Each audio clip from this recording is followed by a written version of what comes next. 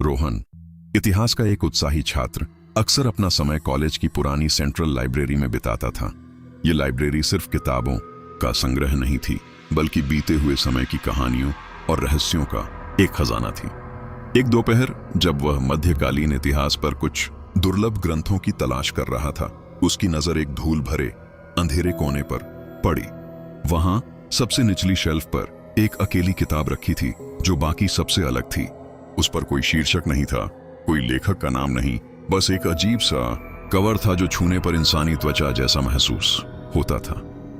उसकी बनावट ने रोहन के अंदर एक अजीब सी सिहरन पैदा कर दी, लेकिन उसकी जिज्ञासा उस डर पर हावी हो गई। जब वह किताब लेकर लाइब्रेरियन मिस्टर दास के पास गया तो उनके चेहरे पर एक अजीब सा भाव आया। उन्होंने अपनी मोटी ऐनक को ठीक करते हुए गहरी आवाज में कहा, रोहन, कुछ किताबें अनपढ़ी ही अच्छी होती हैं। इस रहस्यमयी चेतावनी ने रोहन के इरादे को और भी पक्का कर दिया। उसने सोचा, आखिर इस किताब में ऐसा क्या हो सकता है? रोहन ने मिस्टर दास की चेतावनी को एक बूढ़े आदमी की सनक समझकर नजरअंदाज कर दिया और किताब को अपने हॉस्टल के कमरे में ले आया। रात के सन्नाटे में जब पूरा हॉस्टल सो रहा था, उसने उस रहस्यमयी किताब को खोला।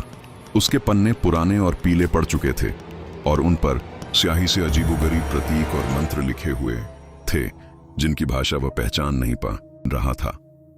जिज्ञासावश उसने उन मंत्रों को जोर से पढ़ना शुरू कर दिया। जैसे ही उसके होठों से आखिरी शब्द निकला, कमरे का माहौल अचानक बदल गया।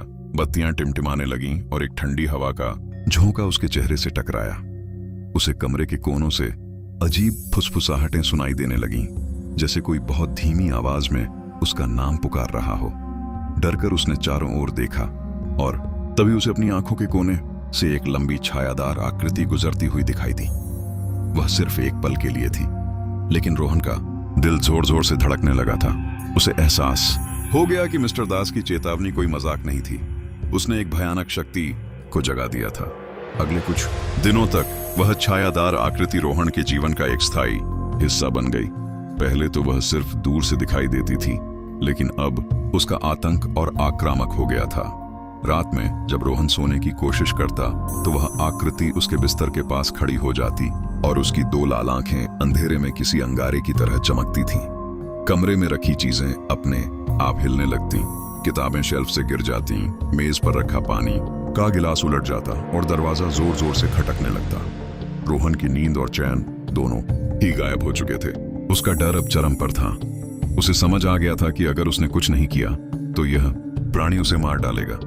हताशा में उसने उस शापित किताब को हमेशा के लिए खत्म करने का फैसला किया। कांपते हाथों से उसने माचिस जलाई और किताब को आग लगाने की कोशिश की। जैसे ही आग की पहली लपट ने किताब के रहस्यमयी कवर को छुआ, कमरे में एक कान फाड़ देने वाली चीख गूंज उठी। वह छायादार प्राणी एक काले धुएं के बवंडर की तरह रोहन की ओर झपटा। उसकी लाल आंखें नफरत से जल रही थीं। रोहन बस असहाय होकर देखता रहा और फिर अचानक स्क्रीन पर घना अंधेरा छा गया। कुछ महीनों बाद लाइब्रेरी के उसी धूल भरे कोने में इतिहास की एक नई छात्रा प्रिया की नजर उसी किताब पर पड़ी। लेकिन अब वह किताब बिल्कुल नई लग रही थी। उसका कवर चिकना और आकर्षक था, जैसे उसे कभी किसी ने छुआ ही न हो। प्रिया ने उत्सुकता से किताब उठाई और उसे लेकर काउंटर की ओर चल पड़ी। लाइब्रेरी के दूसरे छोर पर खड़े मिस्टर दास ने यह सब देखा और उनके होठों पर एक भयावह रहस्यमयी मुस्कान फैल गई। चक्र एक बार फिर शुरू होने वाला था। रात प्रिया को भयानक सपने आने लगे। वह अपनी नींद में रोहन की दर्दनाक मौत को बार बार देखती थी, जैसे वह खुद वहां मौजूद हो। हर चीख, हर छटपटाहट उसके दिमाग में गूंज रही थी। जब वह जागती तो उसका कमरा अजीब फुसफुसाहटों से भर जाता था। ये आवाजें दीवारों से आती थीं, उसे बुलाती थीं और उसे किताब खोलने के लिए उकसाती थीं। धीरे धीरे किताब का काला जादू प्रिया पर हावी होने लगा था और वह खुद को एक अनदेखे डर के जाल में फंसा हुआ महसूस कर रही थी। उसकी दुनिया अब पहले जैसी नहीं रही थी। यह अब उस शापित किताब के इर्द गिर्द घूम रही थी। उसी समय रोहन का रूममेट समीर उसकी अचानक गुमशुदगी से बहुत परेशान था। उसे यकीन नहीं हो रहा था कि रोहन बिना बताए कहीं जा सकता है। समीर ने खुद ही मामले की जांच करने का फैसला किया और रोहन के कमरे की तलाशी लेनी शुरू कर दी। उसे रोहन के कुछ नोट्स मिले जिनमें उस रहस्यमयी और शापित किताब का जिक्र था। नोट्स में लिखा था कि किताब अपने मालिक को धीरे धीरे खत्म कर देती है। कुछ दिनों बाद समीर ने प्रिया को कॉलेज में उसी किताब के साथ देखा और उसके होश उड़ गए। वह तुरंत प्रिया के पास गया और उसे उस किताब के खतरे के बारे में चेतावनी देने की कोशिश की। उसे बताया कि यह कितनी खतरनाक है, लेकिन तब तक बहुत देर हो चुकी थी। किताब का गहरा असर प्रिया पर हो चुका था। उसकी आंखें खाली थीं और वह समीर की किसी भी बात को समझने या मानने को तैयार नहीं थी। समीर को एहसास हो गया कि वह अकेले इस अभिशाप का सामना नहीं कर सकता। उसने प्रिया को किसी तरह साथ चलने के लिए मनाया और दोनों मिलकर लाइब्रेरी के लाइब्रेरियन मिस्टर दास का सामना करने पहुंचे। जब उन्होंने मिस्टर दास से किताब के बारे में सवाल किया तो एक भयानक सच सामने आया। मिस्टर दास ने खुलासा किया कि वह कोई इंसान नहीं बल्कि एक आत्मा है जो सदियों से उस किताब से बंधी हुई है। उसे खुद को जीवित रखने के लिए हर कुछ सालों में नई मासूम आत्माओं को फंसाना पड़ता है और इस बार उसका शिकार प्रिया थी।